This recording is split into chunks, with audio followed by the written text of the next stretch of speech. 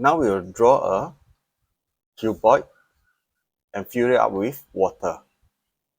The first thing to do is select the Select Gallery Image tool, click once, and we'll look for Prism.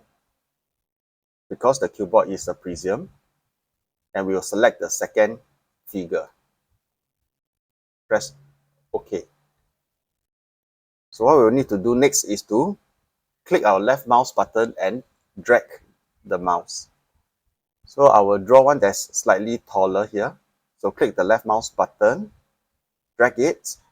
Yes, I will create one that is slightly taller and bigger. And let go. You'll need to indicate the water level by using the line tool here. So click on the line tool, which is the first one in the line tool.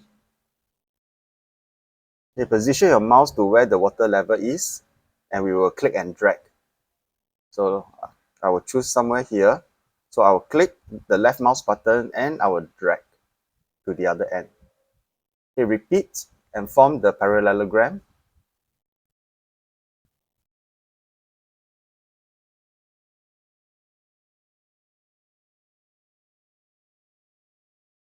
Like this. Now make sure that the point-to-points are touching each other so that it forms an enclosed area. This is important because we need to now fill it with colors. So we use the flood fill tool here, the bucket. Select the type of shading that you would like.